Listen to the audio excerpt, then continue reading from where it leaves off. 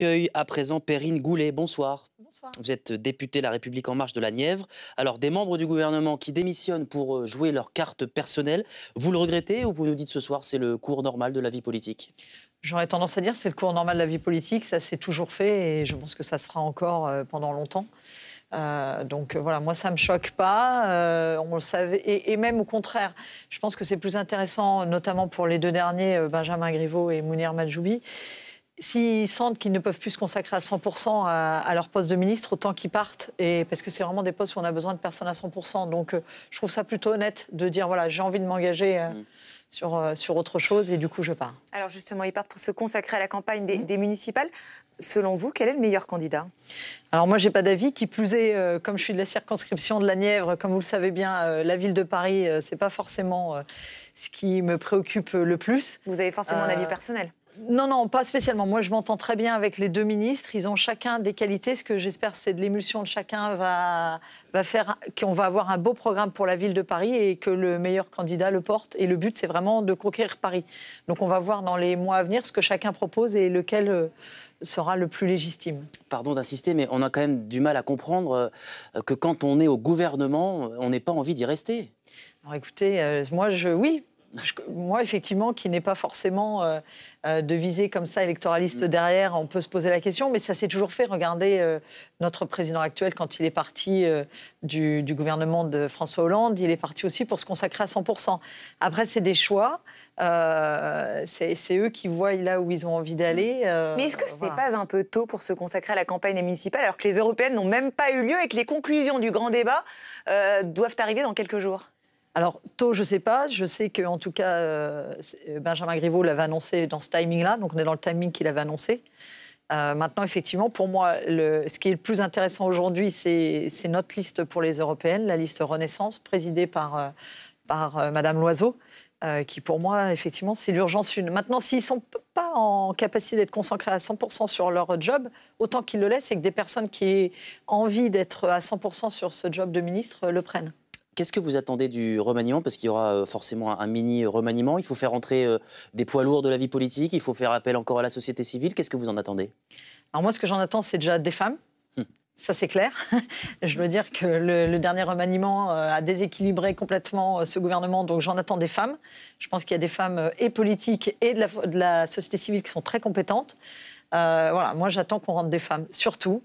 Et après, je fais toute confiance au président. Et qui plus est, on est bien dans la séparation du législatif et de l'exécutif. Et c'est pas moi de me prononcer sur qui doit rentrer au gouvernement. Alors, vous l'évoquiez à l'instant, Nathalie Loiseau va donc mener la liste La République En Marche aux européennes.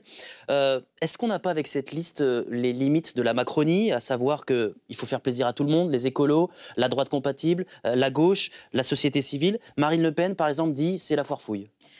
Eh bien, moi, je l'assume. Je l'assume parce qu'en fait, on a des personnes qui sont compétentes dans les domaines que porte l'Europe. On va avoir des grosses négociations sur la PAC. On a un agriculteur, une viticultrice. On va avoir des négociations, comme le président l'a annoncé, notamment sur tout ce qui est le salaire minimum dans les pays. Donc là, on a effectivement, j'ai vu un chef d'entreprise, une chef d'entreprise, pardon, et puis quelqu'un qui a déjà ces fonctions-là au CESE. Et puis on a le Brexit, donc on a des personnes qui sont aussi à l'international, on a des juristes pour tout ce qui est loi. Donc moi, je pense vraiment pas qu'on ait, et sans oublier effectivement, parce que je pense que vous allez revenir sur Monsieur Canfin, la partie verte de notre liste, parce qu'effectivement, on a bien vu les limites sur cette partie écologique aussi, entre ce que nous, on décide et l'Europe. Donc pour moi, franchement, cette liste, elle n'est pas sur une liste politique pour faire de la politique, elle est sur mettre des personnes compétentes qui vont pouvoir booster ces politiques qu'on va avoir à négocier, parce qu'il faut qu'on arrive surtout à avoir cette politique forte et ces négociations pour faire porter la voix de l'Europe. En tout cas, l'écart avec le Rassemblement national se resserre. Aujourd'hui, LREM et le RN sont au coude à coude. 22% selon un dernier sondage pour La République En Marche, 22,5% pour le Rassemblement national. Est-ce que ça vous inquiète? Alors ça ne m'inquiète pas, puisque comme vous le savez, on a lancé réellement la liste lundi. Donc on est en retard par rapport à d'autres formations politiques qui ont donné leurs candidats auparavant. Le programme va sortir début avril par rapport à la feuille de route effectivement que le président avait indiquée. Donc voilà, on sait que la force de frappe, c'est maintenant qu'elle va dérouler et ça reste sur ce type de sondage avec cette infinitésimale différence. On sait que tout peut bouger dans les semaines à venir. Il nous reste quelques secondes. Matignon annonce ce soir que la synthèse du grand débat sera présentée le 8 avril par le Premier ministre. Est-ce que vous avez des premières indications? Est-ce que vous avez été convié à ce travail de synthèse? Comment ça se passe concrètement pour vous, parlementaire? Alors moi, très concrètement, j'ai assisté à 14 débats dans ma circonscription de la Nièvre. Donc j'ai déjà moi une vision et je me suis fait des priorités que je vois ressortir. Mais sur le travail de synthèse, concrètement? Et sur le travail de synthèse, effectivement, pour le moment, on n'a pas encore vu réellement, nous, en tant que parlementaires, l'exécutif, mais on est en train de travailler au sein du groupe La République En Marche pour ressortir pour la semaine prochaine, puisque vous le savez, la semaine prochaine, il y aura un grand débat à l'Assemblée nationale qui va permettre de donner les idées de chaque groupe. Donc ça, le travail est en cours. On en a validé mardi dernier en réunion de groupe. Donc on a déjà, nous, notre travail de synthèse au niveau des parlementaires. Et après, moi, je sais que j'irai pousser quelques sujets un peu plus circos pour essayer de faire porter d'autres voix aussi. Merci beaucoup, Perrine Goulet. Je rappelle que vous êtes députée La République En Marche de la Nièvre. Merci beaucoup.